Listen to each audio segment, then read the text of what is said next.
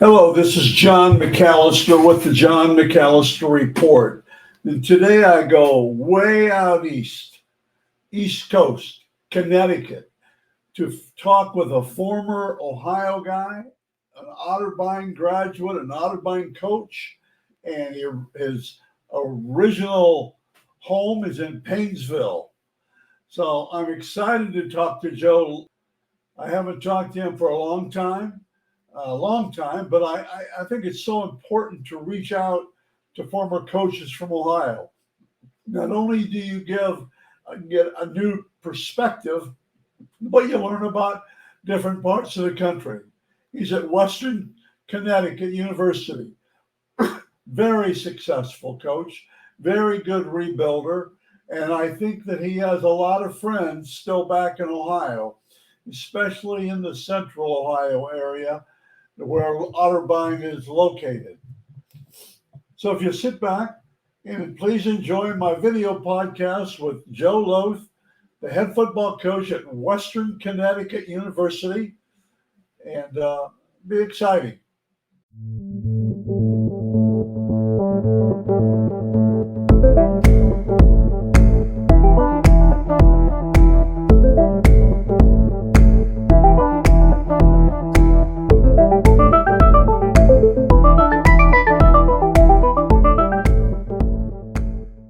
Okay, like I said earlier today, my guest is Joe Loth from Western Connecticut State University. Now, the reason I got him, as I said in my intro, is because he's an Ohio guy. And I first knew him at Otterbein, right outside of Columbus. And looking forward to you. Coach, how are you doing? Doing great. Really looking forward to talking to you. I always like getting back to my Ohio ties and my Ohio roots a little bit too. So I'm excited to talk to you.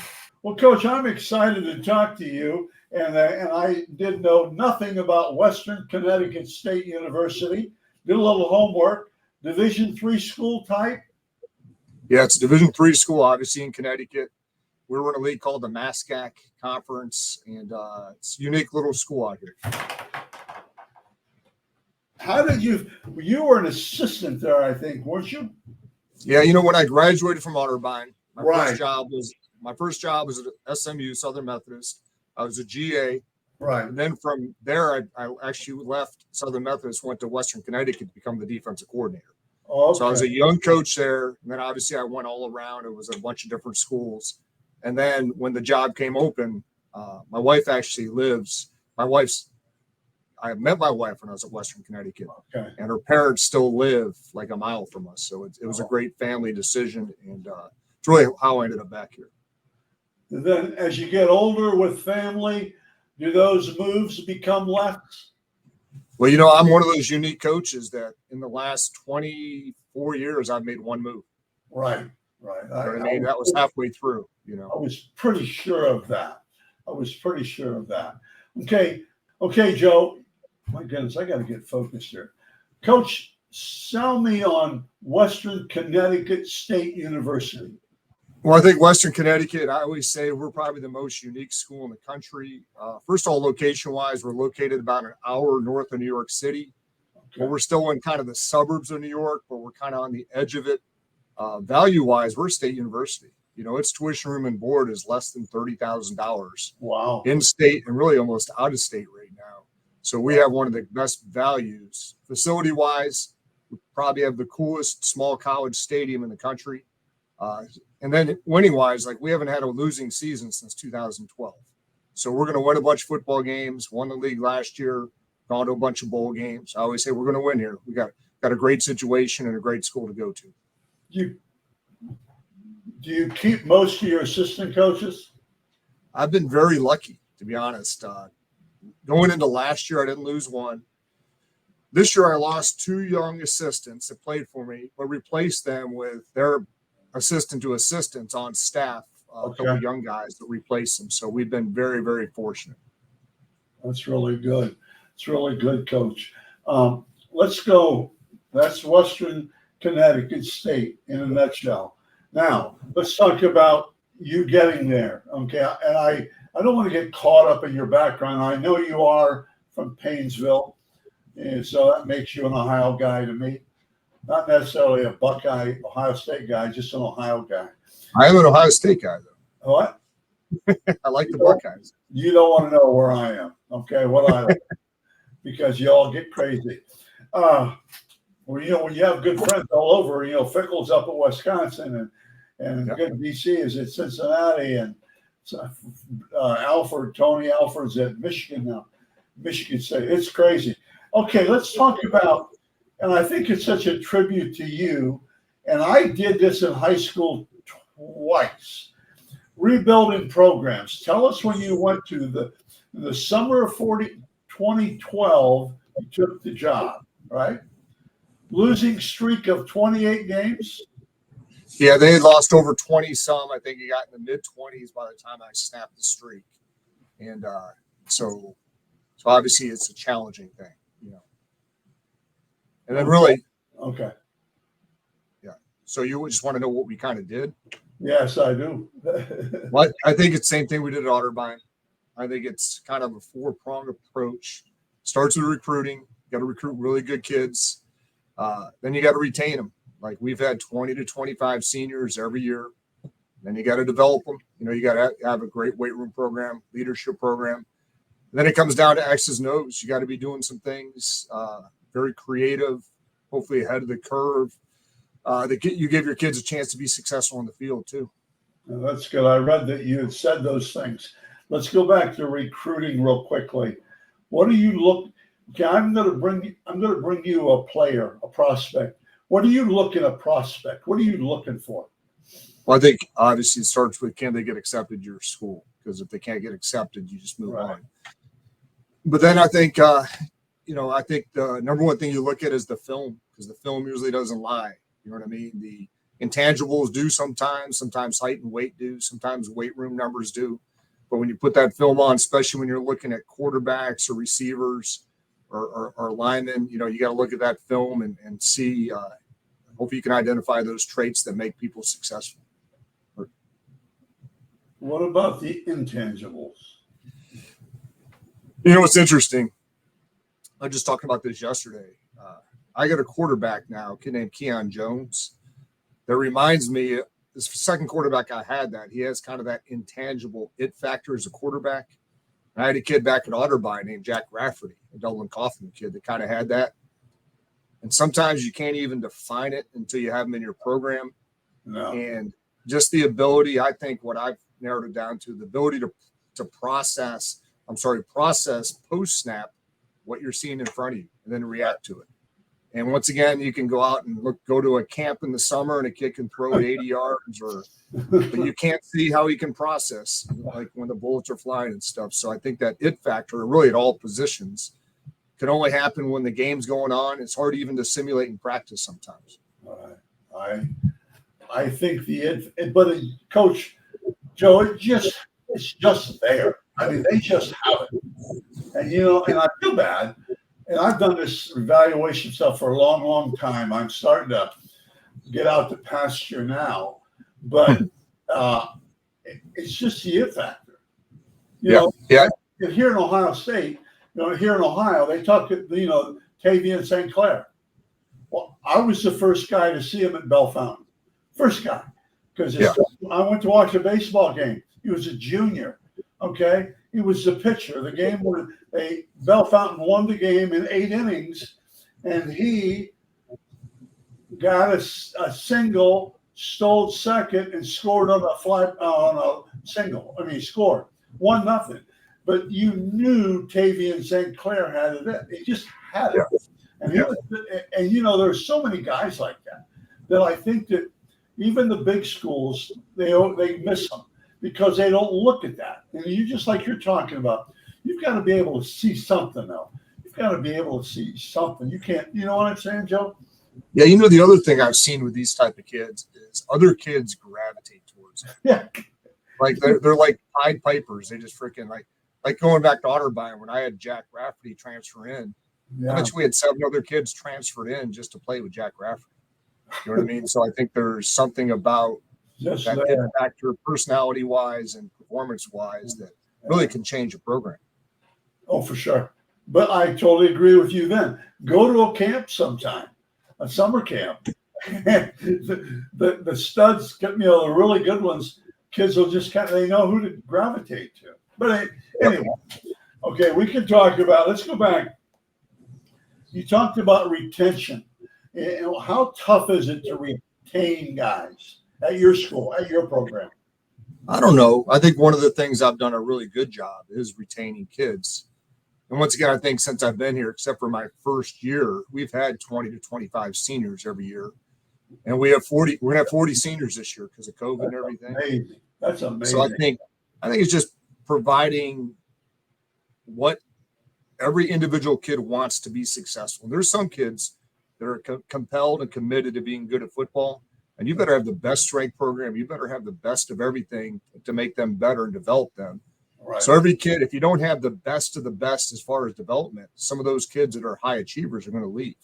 You know what I mean? Then you got to have a great academic program. You got to make sure kids are put in position to be successful academically, all those things. So there's really a lot to it. It's like herding cats sometimes, but there's definitely a process to retaining kids. And to be honest, the number one thing you need to do is win football games. You win football games, you keep kids. You know, because I always say this: if you're winning, that second string kid, hard to complain about not playing. Hard for his parents to complain about him not playing. Hey, we're winning. But once you're not really winning football games, retention becomes a challenge, really a big challenge. I never really, I guess in all my years, I thought that, but I never really realized that. I mean, because now you have no excuse. Once you start losing a little bit, then they say, well, hey, I know he can do better. I know that's really interesting. Well, it's kind of the same thing with culture. You keep hearing this word culture. Right. Well, if you go 0-10 and 1-9 and 2-8 and 1-9 and you're talking about culture, well, kids ain't listening to you. Culture is built. I always say, I think we have unbelievable player-led culture right now, but it was built through winning football games and them believing in what we're doing and kind of transferring power to the players. But if you're just up there talking as a coach about this and that, and you're not winning, man, they're not going to listen. Well, they're clicking you off right now, pulling that switch. Now, you haven't really mentioned the word, but I've spent a lot of years in this business, and the kids trust me. I think they have to trust you and your coaches and your program. Or I think trust is huge. Yeah, I agree with that. And part of hopefully our success here is building a coaching staff of some younger guys and some older guys. So that trust and the belief and kind of what you're saying, you kind of understand how kids are wired and how they're made up.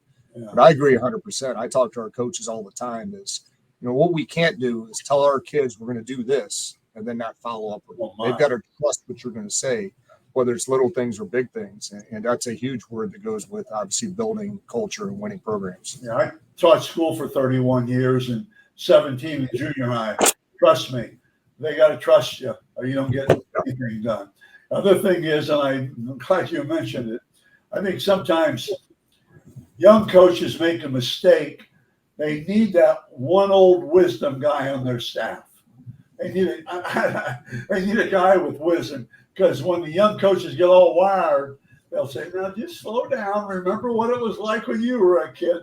There seems an older coach brings that little bit of stability or something. No, yeah, I agree with that. When I was a younger coach, I always had a guy. But now I think I've almost transitioned into that older, wiser coach. Well, I'm not talking about your age guys. I'm talking about older guys than you. Okay, let's go. What would be your advice to high school, college prospects? If they're looking for a program, what's your advice to anybody? Whether they're going to Michigan, Bowling Green, Toledo, Findlay, what would be your advice, Joe?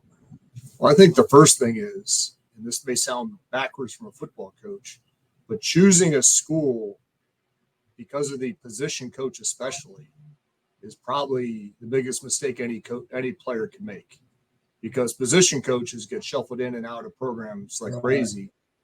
So really, if you're going to choose it based on football, make sure you're choosing it based on the program itself, the head coach, because a lot of times everything around that is going to change. Because I had a good friend of mine who was head coach at Fordham a couple years ago. I think 9 of his 11 coaches left after 1 year. And that's every coach in America gets worried about that. Wow. And then kids sometimes come into these programs and the guy that recruited them 2 months earlier is gone already. Right. So I think part of it is choosing it based on the program itself. And then in some ways, it sounds funny too, is especially you're going to a smaller school, make sure you like that school you're choosing, because there's a chance, something comes up, you get banged up a little bit. You may have to go to that school and you better like where you're at. Right. The transfer portals is shooting everything down. It makes me tired. It makes me sick. The NIL makes me tired, and the recruiting is just getting crazy. You're blowing these kids up and stuff, and I'm just tired of all that stuff.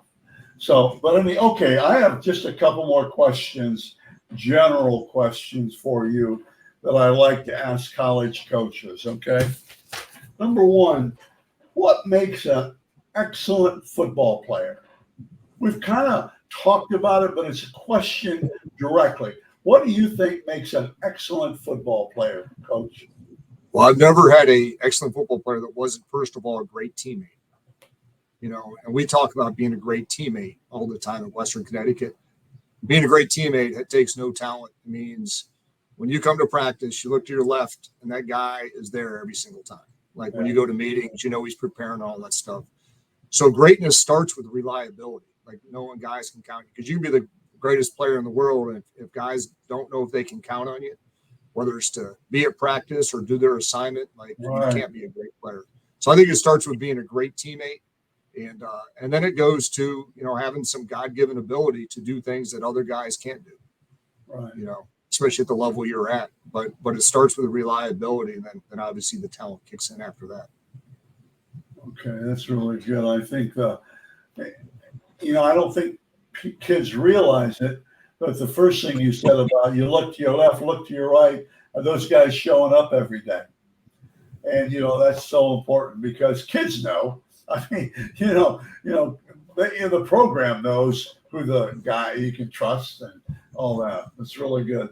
Okay, what do you believe, Coach, is the greatest challenge for football players or for athletes in any sport? What's the biggest challenge today? Challenge today, I think probably the biggest challenge is distractions.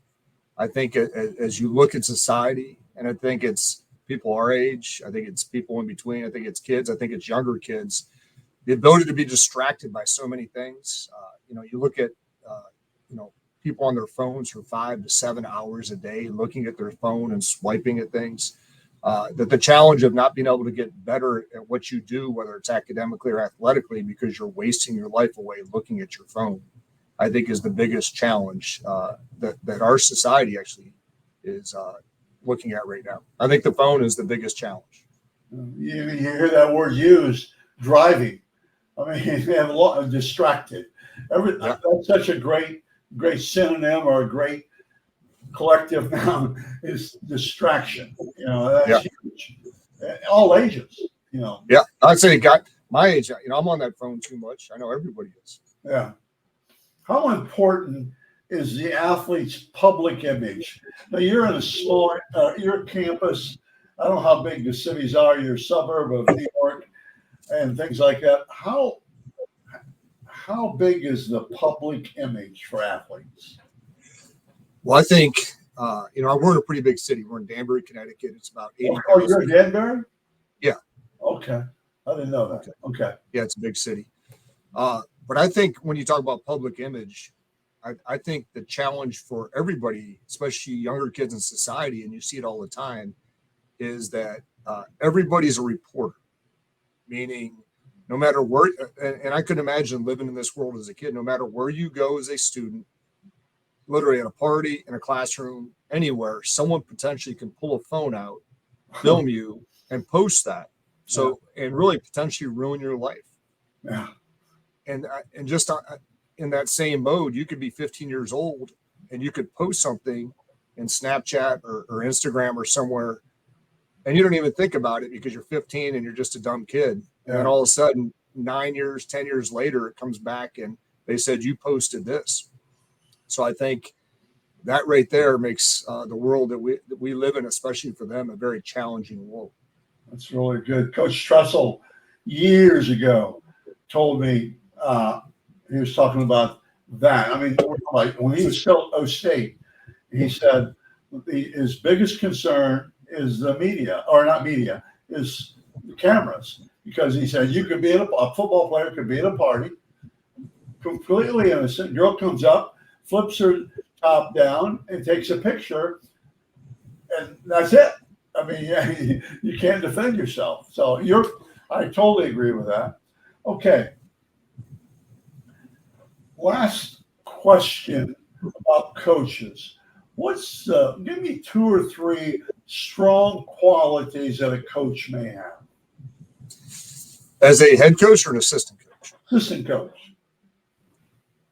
I think a dedication to their craft, because I think coaching football is a unique sport. Probably, I don't know if it's any unique than any other sport, but the ability to be an expert at your position, being able to recruit your position, and just really, there's so many different facets it takes into being a good coach that if you lack any of them, obviously it's going to show right away. So I just think being a very well-rounded in all the different things from recruiting to, being on the field coach to kind of an X's nose coach. So I think all those things make into becoming an excellent coach. But you got to be good at a lot of different things. You got to embrace technology. You got to do a bunch of different things. Right. Okay. Last subject, recruiting. Where do you do most of your recruiting, Coach? Well, initially when I got hired here, we only had in-state tuition in Connecticut. So if you looked at our roster my first 5 years, we were 98% Connecticut kids. Oh, wow. Yeah. And then they gave us in-state tuition in New York and New Jersey after that.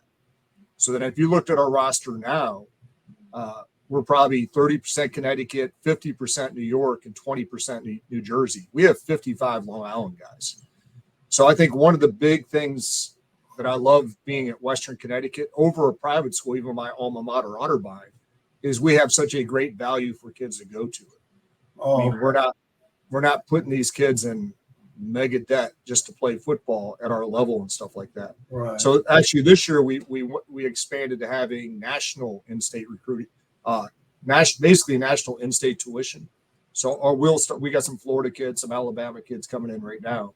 So we will be a little bit more national, but I still think at any level of football, especially the Division III level, you better put a dot on your school, put a radius an hour and a half, and recruit an hour and a half around your school. And if you can't recruit your immediate area, you're not going to win a bunch of games, because kids ultimately retention goes back to the retention question.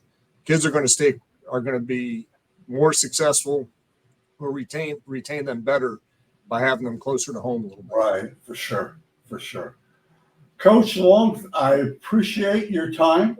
I appreciate talking to you, and I wish you the very, very best.